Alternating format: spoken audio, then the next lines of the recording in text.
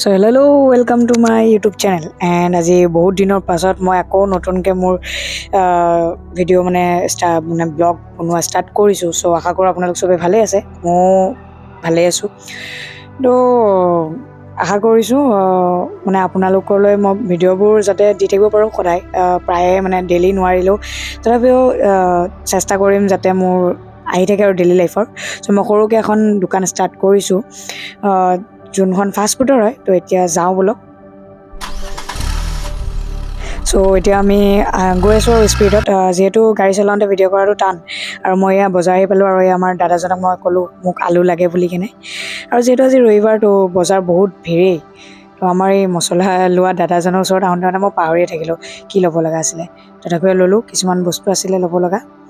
তাৰপিছত কণী ল'ব লগা আছিলে, কণী ল'লোঁ। আৰু এইফালে ভিডিঅ'ত এই আইতাজনী যে আহিছে চিধা চিধি, সেই আইতাজনীয়ে মই ভিডিঅ' বনাই থাকোঁতে বেলেগ চালে দেই।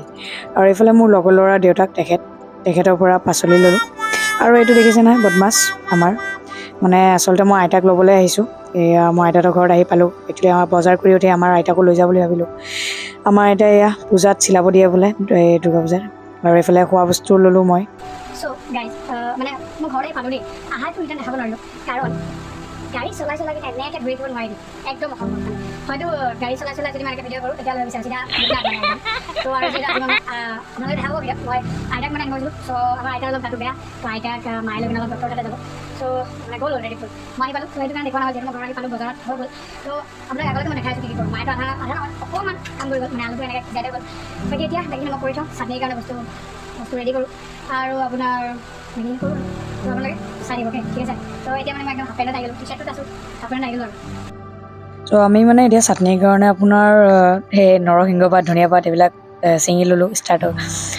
দেন মই ধুবলৈ গ'লোঁ, ধুলোঁ। আৰু এইটো দেখিছেনে মোৰ লগত আছে মানে সি আৰু এই আমাৰ টিকলাটো একদম 24 ঘণ্টা। তো সি হেল্পটো কৰি আছে বাৰু, হেল্প কৰাৰ লগতে মোৰ অকণমান কাম বঢ়ায়ো আছে। বাকী আহিলোঁ, মোৰ এইবিলাক হ'ল ধোৱা মেলা। এতিয়া আমাৰ আছে বাচন, যোনবিলাক মই চাহ খাই কিনে থৈছোঁ মাহঁতে, তো এইখিনিও ধুলোঁ। অলপ কষ্টৰ জীৱন, উপায় নাই। এতিয়া মই পিঁয়াজ কাটিবলৈ লৈছোঁ।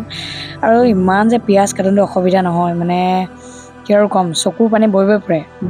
দুখ লাগিলে যেতিয়া ইমান নোলায় চকুৰ পানী, ওলাব নোৱাৰোঁ ঘৰৰ মানুহৰ ওচৰত ন। চ' পিঁয়াজ কাটোঁতে ওলাই যায় আৰু একে চান্সতে। চ' মোৰ ইমান মানে চকুৰ পানী ওলাইছে নহয়, কি আৰু ক'ম। ত' লাষ্টত মোৰ এটা মাথাত উপায় আহিল, মিনছ আইডিয়া। এইটো বেষ্ট হয়, helmet is a best. Means গাড়ী চলাওঁতে হেল্প কৰে আৰু আপোনাক পিঁয়াজ কটাৰ পৰাও।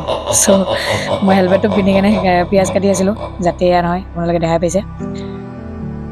এইফালে পানী দিলোঁ, পিঁয়াজকেইটা ধুই ল'লোঁ ধুনীয়াকৈ। ধুই কেনে থৈ দিম আৰু পানীত ভিজাই কেনে, তেতিয়া পিঁয়াজটো বেয়া নহয়।